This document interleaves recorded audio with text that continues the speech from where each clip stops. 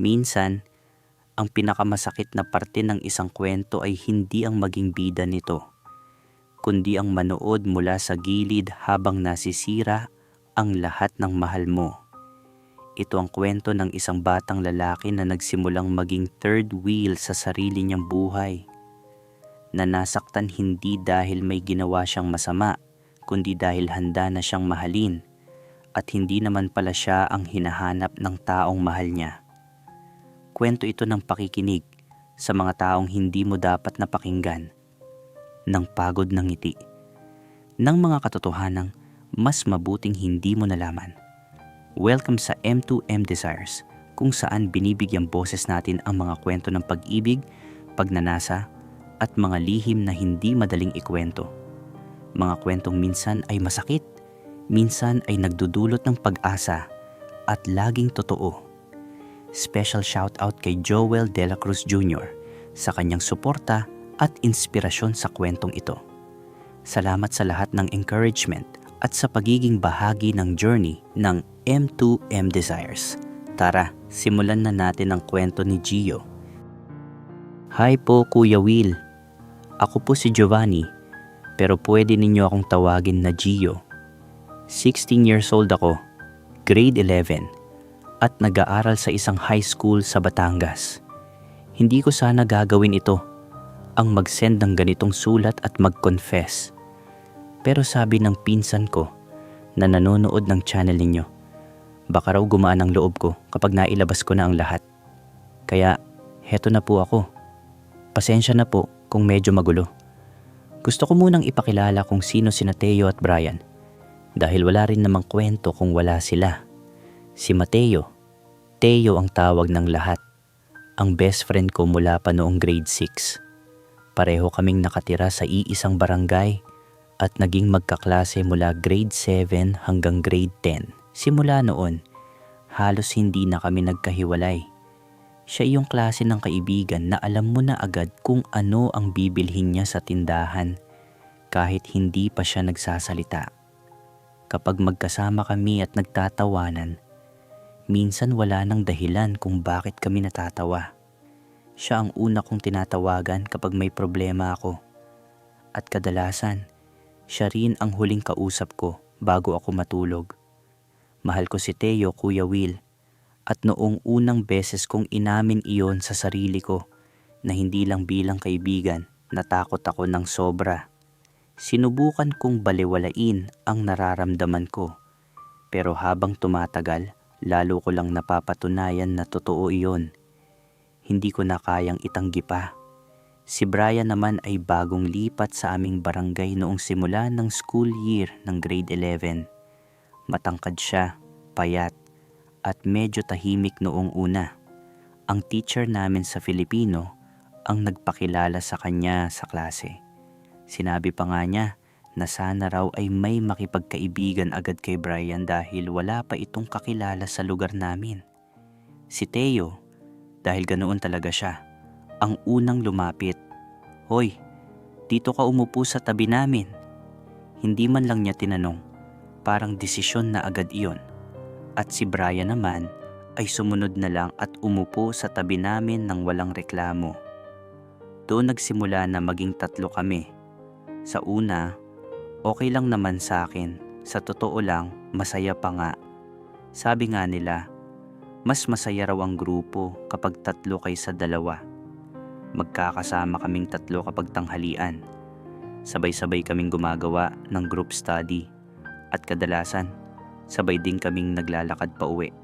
At si Brian, kapag nakilala mo na siya, hindi naman siya mahirap pakisamahan. Tahimik siya pero matalino. May sense of humor din siya kapag nasa tamang mood. At magaling siyang makinig.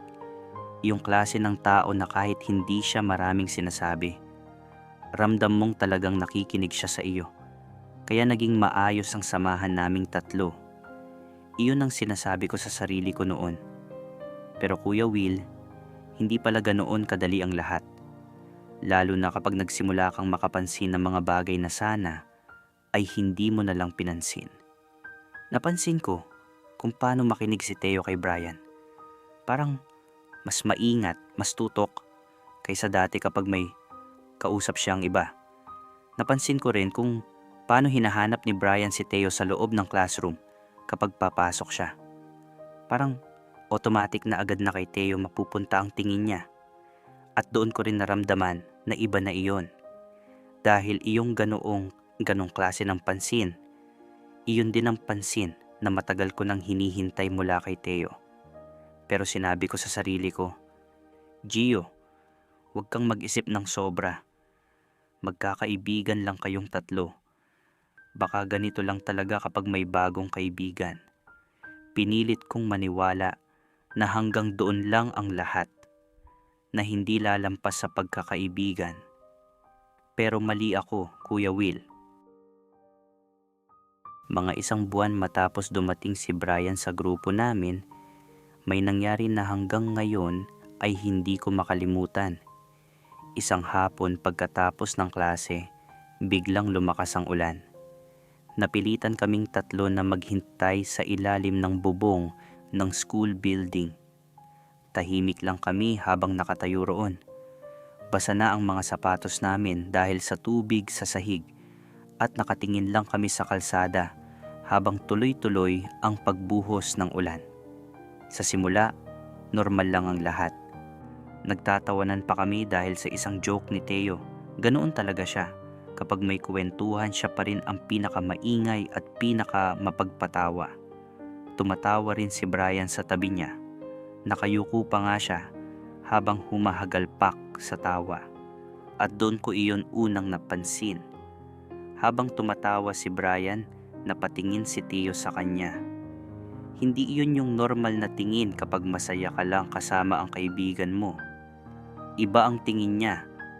Parang may sandaling paghinto. Parang gusto niyang tandaan ng mabuti ang mukha ni Brian habang tumatawa. Isang segundo lang siguro iyon. Baka mas maikli pa. Pero nakita ko, Kuya Will. Talagang nakita ko. Pagkatapos noon, agad na lumingon si Theo sa ibang direksyon. Nagpatuloy lang ang usapan namin. Tuloy pa rin ang ulan. Parang wala namang nagbago sa paligid. Pero para sa akin, may nagbago na. Maya-maya, nagpaalam na ako sa kanila. Sinabi kong, kailangan ko raw pumunta sa tindahan para sa nanay ko. Totoo naman iyon. Pero hindi naman kailangan na umalis ako agad. Ang totoo, gusto ko lang makalayo sandali. Parang kailangan ko ng hangin. Habang naglalakad ako sa daan, basa pa rin ang sapatos ko at malakas ang tunog ng ulan sa payong ko. Doon ko tinanong ang sarili ko, Gio, nakita mo ba talaga iyon? O baka iniisip mo lang? Tahimik ang paligid. Pero sa katahimikang iyon, parang may sagot na agad. Nakita mo at alam mo kung ano ang ibig sabihin.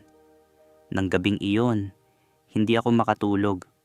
Hindi dahil sa galit o takot. Mas mahirap pala ang pakiramdam kapag mahal mo ang isang tao. Tapos bigla mong maiisip na baka may nararamdaman siyang iba para sa ibang tao. Paulit-ulit kong tinanong ang sarili ko, Gio, paano kung totoo ang nakita mo? Anong gagawin mo? Walang sagot na dumating ng gabing iyon, Kuya Will. Nakakatulog lang ako sa pagod.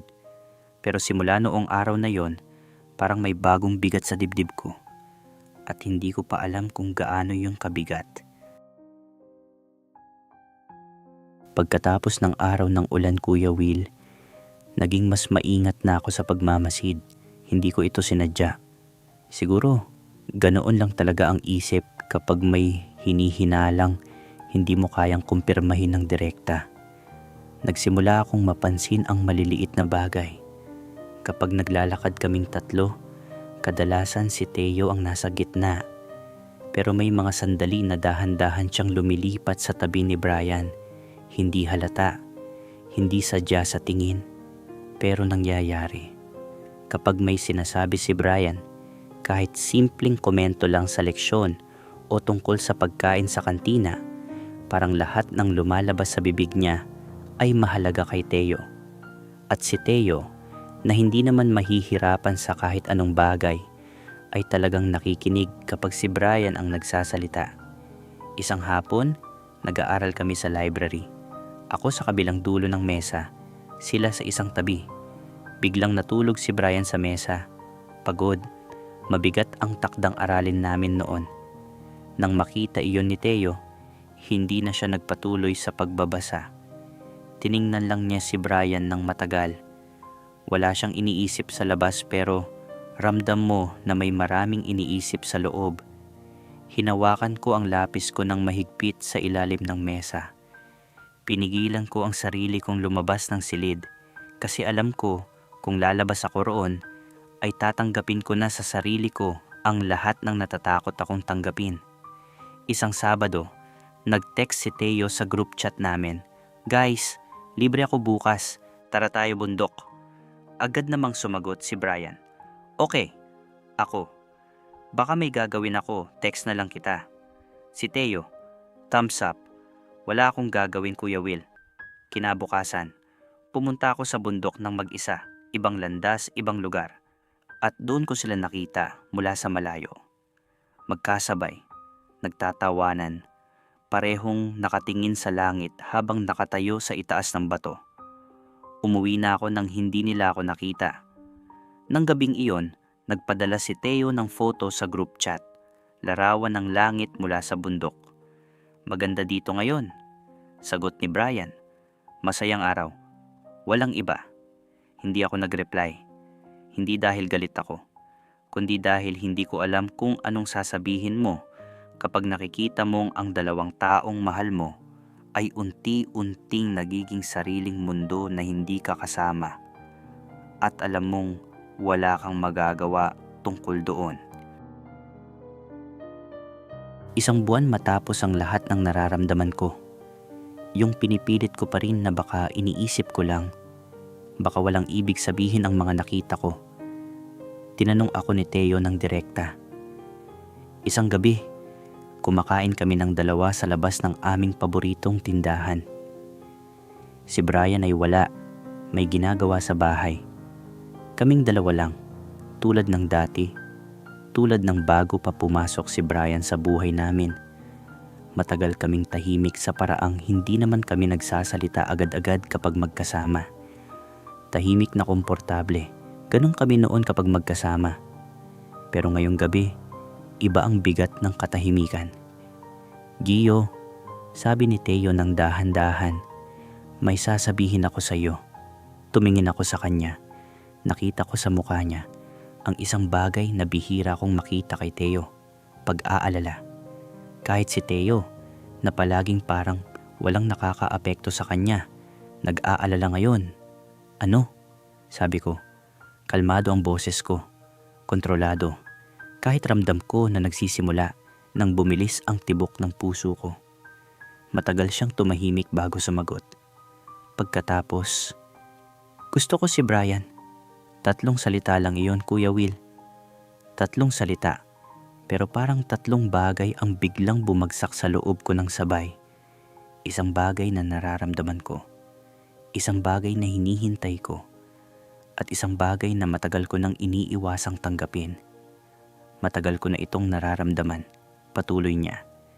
Hindi niya ako tinitingnan. Nakatingin siya sa inumin niya at mahigpit na hinahawakan ng baso. Hindi ko pa ito nasasabi kahit kanino. Sa iyo ko lang muna sasabihin kasi ikaw ang pinakamalapit sa akin. Kailangan ko itong sabihin bago ako magsimulang maging loko. Tumawa siya ng bahagya sa huli. Yung klase ng tawa na hindi mo alam kung ano ang gagawin mo. Ngumiti ako, Kuya Will. Hindi ko alam kung paano, pero ngumiti ako. "Ano ang plano mo?" tanong ko. "Hindi ko pa alam," sagot niya. "Pero okay lang ba sa iyo na sabihin ko ito sa iyo?" "Okay lang ba?" Tinanong niya kung okay lang. At ang pinakamasakit na parte ng buong gabing iyon, Kuya Will, ay ang sagot na lumabas sa bibig ko nang hindi ko iniisip. "Oo, okay lang. Masaya ako para sa iyo." At totoo yun sa isang parte. Masaya ako para sa kanya. Dahil mahal ko siya bilang kaibigan at bilang kahit ano pa ang iba. Gusto kong masaya siya, pero masaya ako para sa kanya habang may nabasag sa loob ko na hindi ko alam kung paano aayusin. Lumakad kami pauwi ng maaga ng gabing iyon. Sa harap ng bahay namin, bago kami maghiwalay, sabi niya, "Salamat Gio, alam ko na makakasandal ako sa iyo." Pumasok na ako sa bahay bago pa man siya lumayo. Nang nakatulog na lahat sa loob, naupo ako sa hagdanan sa labas at nanatiling tahimik sa dilim ng matagal, Kuya Will. Walang luha, walang galit. Wala rin akong malinaw na naiisip, tahimik lang. Ganoong klasing tahimik na mas mahirap pang tiisin kaysa sa iyak. Pagkatapos ng gabing iyon, naisip ko na mayroon akong pagpipilian. Una, lumayo. Maghanap ng dahilan para hindi palaging kasama si Theo at si Brian. Hayaan ang lahat na maging malayo habang unti-unting inaayos ng kirot sa loob ko ang sarili nito. Pangalawa, manatili. Maging kaibigan na kailangan ni Theo sa pinakamahalaga niyang sandali. Hayaan siyang malaman na nandito ako kahit masakit sa akin ang lahat ng nangyayari. Pinili ko ang pangalawa, Kuya Will, at ngayon, hindi ko na alam kung tama o mali ang pinili ko. Mula noon, naging tagapakinig ako ni Theo. Kapag may bagong nangyayari kay Brian, isang magandang ngiti niya, isang maliit na kilos, isang salita na naiwan sa isip ko, ikukwento ni Theo sa akin, bawat piraso, bawat detalye. At ako, Kuya Will, nakikinig, nagtatanong ng mga tamang tanong, natutuwang kasama siya tuwing masaya, nag-aalaga sa kanya tuwing naguguluhan siya o nangarap ng matagal. Mabuting kaibigan, sabi ng lahat ng makakakita sa amin. Mabuting kaibigan si Gio.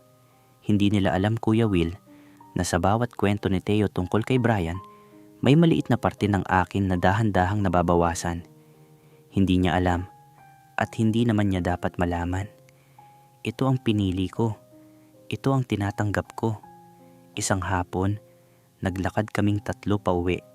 Sa kalsada, sinabi ni Theo kay Brian na may binubuo itong project para sa science class at kailangan ng tulong. Sumagot si Brian na pumunta si Theo sa bahay niya para tulungan siya. Tumingin si Theo sa akin. Parang nagtatanong kung papayag ako. Parang gusto niya akong dalhin. Pero bago pa man siya magsalita, sabi ko, "Sige kayo, may gagawin naman ako mamaya." Ngumiti si Theo nang may pasasalamat. Ngumiti rin si Brian. Doon ko lang naisip na may magandang ngiti pala siya na hindi ko madalas napapansin. Dahil palagi ko siyang tinitingnan bilang kalaban sa isang bagay sa loob ko, hindi bilang tao. Naglakad akong mag-isa pa uwi, Kuya Will. Sa buong layo ng aming bahay, iniisip ko si Theo, iniisip ko si Brian, iniisip ko ang sarili ko, at kung paano magmahal ang isang tao kahit walang hinihinging kapalit. Hindi masama ang sagot na dumating sa isip ko. Hindi maganda, pero hindi rin masama. Ang sagot ay, ikaw Gio, ay nagmamahal. Ganoon lang, at hindi iyon kasalanan. Pero napakaraming beses, Kuya Will, na ang hindi kasalanan ay masakit pa rin. 2 buwan na ang lumipas mula nang sabihin ni Theo sa akin ang nararamdaman niya kay Brian. Sa loob ng 2 buwang iyon, naging tagasaksi ako ng isang bagay na maganda, kung hindi lang ako ang nakasaksi. Nakita ko kung paano unti-unting naging mas bukas si Brian kay Theo. Hindi agad, dahan-dahan tulad ng lahat ng totoo. May mga araw na mas maraming ngiti, mas maraming sagot na higit sa isang pangungusap, mas maraming pagkakataon na hinahanap ni Brian ang tingin ni Theo sa loob ng kwarto. At si Theo ay naging masaya, Kuya Will. Masayang hindi ko nakita sa kanya sa napakatagal na panahon. Yung klase ng masaya na tumatagal buong araw, kahit pagkatapos ng pinakamahabang klase. Kahit pagod na pagod, may liwanag pa rin sa mukha niya. Gusto kong sabihin, masaya rin ako para sa kanya. At totoo naman iyon sa isang parte. Pero hindi ganoon kasimple, Kuya Will. Hindi mo maaaring maging buo ang kasiyahan mo para sa isang tao kapag ikaw mismo ay may kinakaladkad sa loob ng dibdib mo. Isang Biyernes ng hapon, habang naghihintay kami sa labas ng paaralan para sa aming guro na huli, nangyari ang isang bagay na hindi ko inasahan. Lumayo si Teo ng ilang minuto para sumagot ng tawag ng kanyang nanay. Kaming dalawa ni Brian ang naiwan. Tahimik sa una. Ganoon kami kapag wala si Teo. Si Teo ang karaniwang nagsasalita para sa amin, ang nag-uugnay sa dalawang tao na hindi naman naghahanap ng isa't isa. Pero biglang nagsalita si Brian. "Gio, okay ka ba?" Tumingin ako sa kanya. Seryoso ang mukha niya. Walang ngiti, walang mali siya. Basta tanong lang. Genuine na tanong. "Oo naman," sagot ko. Tumingin siya sa akin ng ilang segundo. Pagkatapos, nakita ko minsan parang malayo ka. Kahit kasama mo kami. Natamimi ako, Kuya Will. Hindi ko inaasahang mapansin ni Brian iyon. Sa aming tatlo, si Brian ang tinuturing kong hindi nakakakita sa akin dahil palagi ko siyang tinitingnan bilang isa sa mga dahilan ng kirot ko, hindi bilang isang tao na maaring makapansin rin. "Okay lang talaga," sabi ko ulit. Tumango siya. Hindi na nagtanong pa. Pero sa pagtango niya, nakita ko na alam niya na hindi ko sinasabi ang lahat at pinili niyang respetuhin iyon. Nang bumalik si Teo, nagpatuloy ang araw parang wala namang nangyari. Pero sa akin, Kuya Will, may bagong piraso ng hirap na naidagdag noon. Ang mapagtanto na si Brian, ang taong noong una ay parang kalaban ng isang bagay sa loob ko, ay pala ay mabuting tao rin. At mas masakit pa, Kuya Will. Naintindihan ko kung bakit natitino si Teo dito. May isang gabi, Kuya Will, na halos nasabi ko na sa kanya ang lahat. Nanonood kaming dalawa ni Teo ng luma naming pelikula sa kanilang sala. Si Brian ay hindi kasama namin. May family occasion daw siya. Minsan, ganoon kami ni Teo noon. Kaming dalawa lang, tahimik. Hindi kailangang mag-usap ng marami para maging masaya ang gabi. Pero ngayong gabi, kahit tahimik, may kaibahan. Sa kalagitnaan ng pelikula, biglang sabi ni Teo, "Gio, salamat." "Sa ano?" tanong ko. "Sa lahat. Sa pakikinig mo. Sa hindi mo pinagkomplikado ang mga bagay kapag kinukwento ko sa iyo si Brian." Tumingin ako sa kanya. Tiningnan din niya ako. At sa kanyang mga mata, nakita ko ang taimtim na pasasalamat na walang anumang maling intensyon. Wala siyang alam, Kuya Will. Wala talagang alam si Teo. At sa sandaling iyon, sa pagitan ng taimtim na pasasalamat at ng aking katahimikan, halos lumabas ang mga salita. Halos sabihin ko, "Teo, mahal kita." Hindi bilang kaibigan. Matagal na. At masakit ang lahat ng nakikita ko kapag kasama ka niya. Naramdaman ko ang mga salita sa lalamunan ko, Kuya Will. Literal na naramdaman ko. Parang gusto nilang lumabas. Parang napapagod na sila sa loob. Pero hindi ko sinabi. Kasi sa sandaling iyon, naisip ko ang mukha ni Teo kapag nagsasalita siya tungkol kay Brian. Ang liwanag na hindi ko makikita kahit saan pa sa kanya noon. At naisip ko, kung sasabihin ko ito, maaaring mawala ang lahat. Ang aming pagkakaibigan, ang kanyang kasiyahan, ang liwanag na iyon. Hindi ko kayang maging dahilan ng pagkawala ng liwanag na iyon, Kuya Will. Kahit mahal ko siya. Wala iyon, sabi ko sa kanya. Kaibigan kita. Ganoon talaga. Ngumiti siya at bumalik sa panonood. Ako naman, Kuya Will, nanatiling nakatingin sa screen nang hindi talaga nanonood. Iniisip kung gaano katagal ko kaya kayang gawin ito. Ang manatili, ang makinig, ang ngumiti sa tamang oras at sabihing okay lang kahit hindi lagi. Hindi ko alam ang sagot, Kuya Will, pero alam ko na kinabukasan titignan ko ang sarili ko sa salamin at pipiliing tumayo pa rin. Ganoon lang ang alam ko gawin. Isang Lunes ng umaga, 3 buwan matapos ang lahat ng nangyari, dumating si Teo sa paaralan ng mas maaga kaysa dati. Nakita ko siya sa labas ng gate, naghihintay, at alam ko kaagad na hindi siya naghihintay sa akin dahil hindi ko naman siya karaniwang inaabangan sa gate. Dumating si Brian mga 10 minuto pagkatapos at nang magkita sila, nakita ko mula sa malayo, Kuya Will, kung paano gumaan ang mukha ni Teo at kung paano hinanap ni Brian ang tingin ni Teo nang ito ay lumabas sa loob ng crowd. Naglakad pa ako papunta sa gate ng tama lang ang bilis. Hindi nagmamadali, hindi nagpapabagal. Normal lang.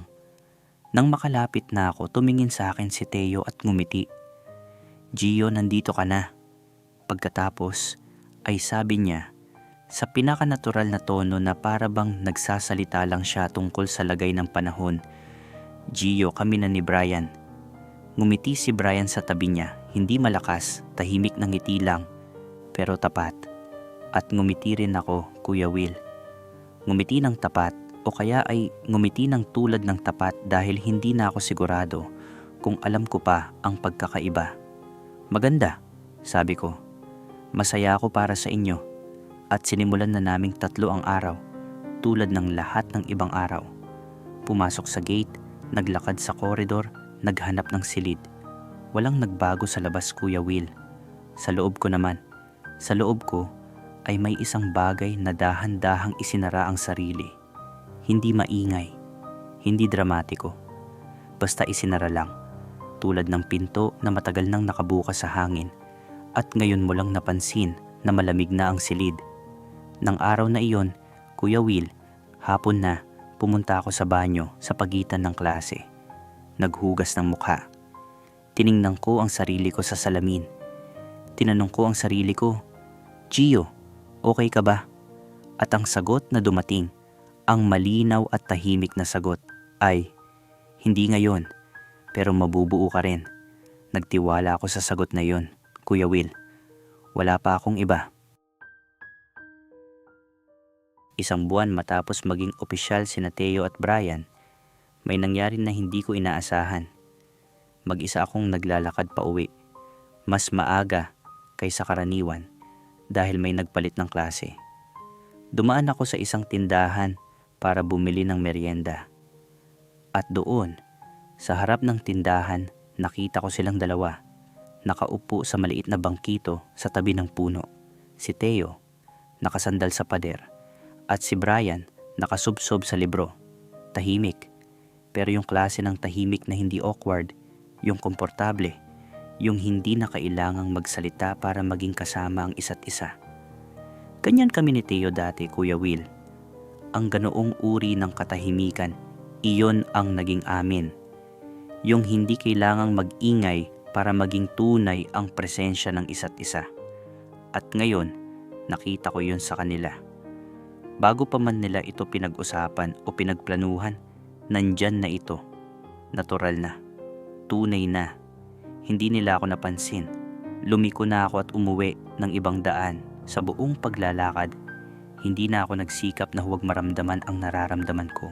Hinayaan ko na. Hinayaan kong masaktan ng tama.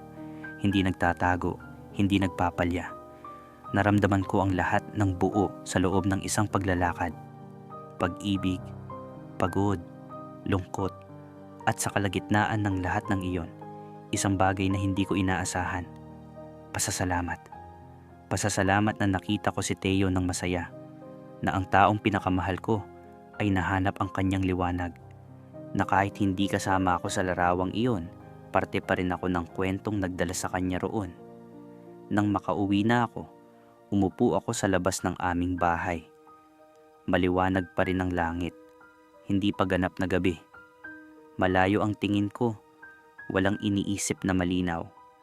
Sumulat ako ng mensahe kay Teo na hindi ko naman pinadala. "Mahal kita." Hindi ito mababago ng kahit ano. Pero okay lang, dahil ang pagmamahal na ito ay hindi nangangailangan ng katumbas para maging totoo. Binura ko ang mensahe. Hindi ito para sa kanya. Para lang sa akin iyon. Para lang maipahayag, kahit sa sarili ko lang, kahit isang beses, ang isang bagay na matagal ko nang tinataglay. 3 buwan matapos maging opisyal sina Teo at Brian, lumipas ang school year. Nagpaalam ang mga nakatatanda sa amin sa graduation at sa simula ng bagong school year. Maraming bagay ang nagbago. Si Brian ay inilipat ng pamilya niya sa ibang lungsod. Ang tatay niya ay may bagong trabaho sa Cavite at kinailangan nilang sumabay. Nangyari ito ng mabilis sa loob lang ng ilang linggo matapos ang pagtatapos ng school year. Nakita ko si Teo ng araw na iyon nang malaman niya. Wala siyang sinabi sa akin ng malinaw, pero pumunta siya sa bahay ko sa gabi at naupo sa tabi ko sa labas. Matagal kaming tahimik, ganoon kami. Aalis si Brian, sabi niya sa huli. Alam ko na, sagot ko. Tahimik ulit. Pagkatapos, napabuntong hininga siya ng malalim.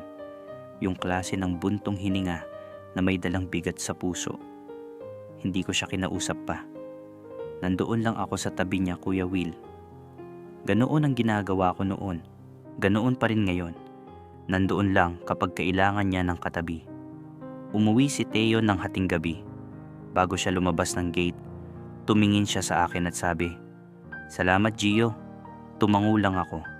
At ngayon, Kuya Will, ngayon na malinaw na ang lahat, mauupo akong dito at itanong sa sarili ko kung ano ang natutunan ko sa lahat ng ito.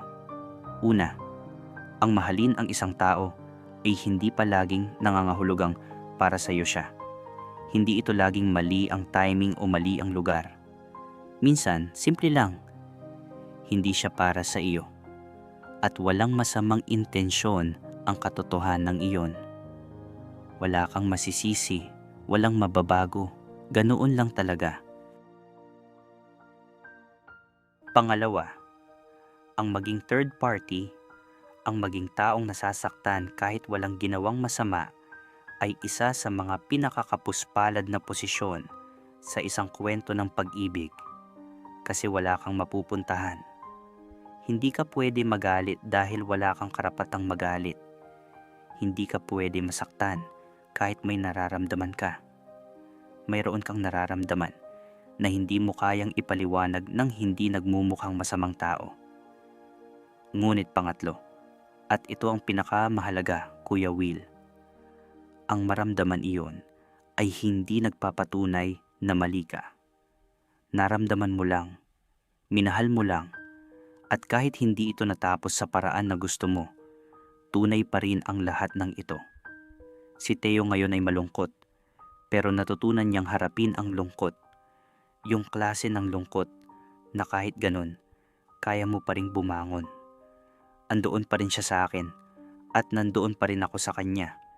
Nagbabago ang lahat, pero andyan pa rin kami para sa isa't isa.